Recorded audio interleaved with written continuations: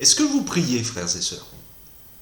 Eh ben oui, parce que sinon vous ne seriez pas en train de regarder une vidéo qui sert à l'animation d'un groupe de prière, c'est sûr.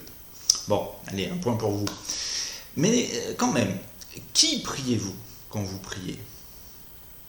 Ça, c'est une question qui est en fait un petit peu plus compliquée qu'elle n'en a l'air.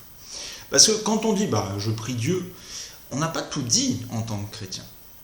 Il se trouve qu'il y a des personnes pour qui c'est pas possible de prier Dieu comme Père, parce qu'elles ont eu des expériences dans leur vie, notamment dans leur enfance, vis-à-vis de leur Père selon la chair, qui font que pour eux c'est absolument impossible d'imaginer que Dieu puisse avoir le même nom, le même rôle, et qu'on puisse faire coïncider les deux images. Il y en a d'autres pour qui ce qui n'est pas possible, c'est de prier Jésus. Jésus c'était un homme pour eux, c'était un grand prophète, un maître de sagesse, mais c'était pas Dieu, on ne peut pas le prier. Quand bien même il est ressuscité, on ne peut pas le prier. Et puis pour d'autres, par exemple, c'est absolument impossible de faire autrement que de prier le Saint-Esprit, parce que Dieu est spirituel, c'est un esprit, et donc en fait c'est comme ça qu'il se révèle. On voit bien que c'est finalement pas aussi simple que ça, et que peut-être parfois dans notre vie de prière, c'est un impensé, quelque chose auquel on n'a jamais réfléchi. À qui je m'adresse en fait quand je m'adresse à Dieu? C'est difficile a priori de dire que je vais prier les trois personnes de la Trinité en même temps. Il y en a peut-être une qui domine finalement dans notre représentation de Dieu et dans la façon dont nous envisageons notre relation avec lui. On pourrait se dire que ça, c'est les chrétiens qui se font des problèmes, des nœuds au cerveau pour rien, parce qu'avec cette histoire de Trinité, après tout, le Père, le Fils, le Saint-Esprit, qu'est-ce que c'est compliqué tout ça? C'était bien plus simple du temps du Premier Testament, il y avait Dieu, Dieu est un, et on prie Dieu, il est un, et puis c'est fini. Oui, mais là aussi, c'est finalement plus compliqué que ça. Je voudrais vous proposer, pour animer un petit peu votre temps de prière, cette fois-ci, de lire un texte du Premier Testament, justement. Il se trouve dans le 2e livre de Samuel, au chapitre 7. C'est la fin de ce chapitre, les versets 18 à 29. Comme ce texte est un tout petit peu long, je vais simplement vous en donner le contexte ici, puis faire une petite remarque par rapport à ce texte que vous pourrez lire ensuite. Il s'agit en fait de la prière que le roi David a adressée au Seigneur juste après que le prophète Nathan soit venu lui dire « Tu sais, tu veux construire une maison pour Dieu, et en fait c'est lui qui va t'en construire une. C'est lui qui va te donner une dynastie. Il va faire de ton nom, de ta figure, toute une maison avec tes descendants. » Et en face de cette promesse, cette annonce que Dieu fait par la bouche du prophète Nathan à David, David lui-même vient faire monter sa prière, une prière d'action de grâce, une prière de reconnaissance pour tout ce que Dieu a accompli dans sa vie.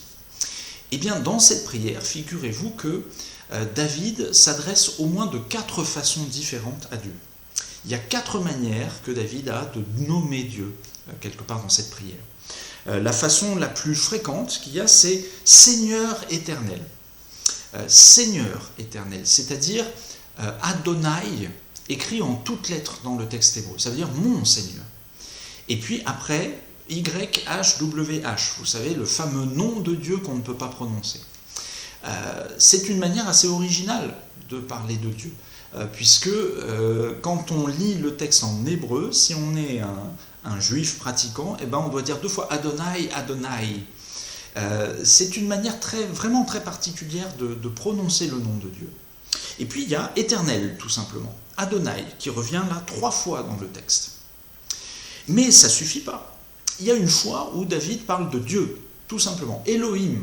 Vous savez, le premier mot qu'on trouve pour désigner Dieu dans la Bible, dans le 1er chapitre de la Genèse, c'est comme ça qu'on parle de Dieu. Et puis enfin, il y a une dernière manière que David a de parler à Dieu, de s'adresser à lui, il dit « éternel Dieu », c'est-à-dire Adonai Elohim, YHWH Elohim. Ça, c'était la façon dont les rabbins nous disent que c'est le nom le plus complet de Dieu, son nom véritable, en quelque sorte. C'est celui qui est employé dans le 2e chapitre de la Genèse, et le chapitre 3 également, pour parler de Dieu en tant que tel. C'est au verset 25 que ça se trouve.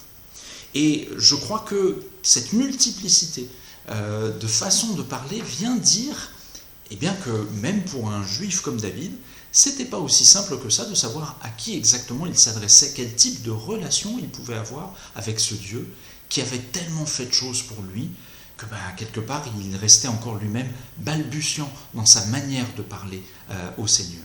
Tellement balbutiant que sa prière commence par cette expression « Qui suis-je, Seigneur ?» Quelque part, avoir des questions encore sur l'identité de Dieu, ça renvoie à des questions sur notre propre identité. Nous n'en aurons jamais fini, finalement, de savoir qui est Dieu, comment on s'adresse à lui. Il faut peut-être pas verrouiller trop vite cette question, dire « ça y est, j'ai réglé, moi ça sera comme ça, et puis c'est comme ça qu'il faut l'appeler, et puis on n'en parle plus ». Non, parce que on enferme peut-être aussi, à ce moment-là, notre identité même dans quelque chose qui serait un tout petit peu trop figé.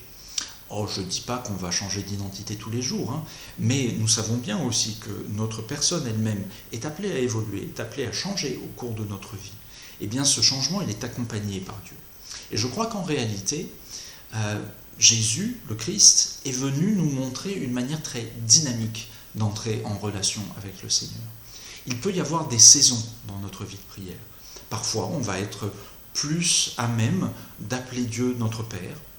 À d'autres moments, on aura besoin de s'adresser au Fils, au Christ, à Jésus, qui est venu éprouver tout ce que nous pouvons traverser dans notre vie. Et puis, il y a d'autres moments où c'est le Saint-Esprit que nous aurons besoin d'invoquer. Parce que ce sont des réalités spirituelles dont nous aurions besoin à ce moment-là, de son soutien toujours présent de cette manière. Et vous alors ? Où vous en êtes avec ça ? Je voudrais vous suggérer de partager là-dessus, de prendre un temps de méditation sur cette question-là. Que Dieu vous bénisse.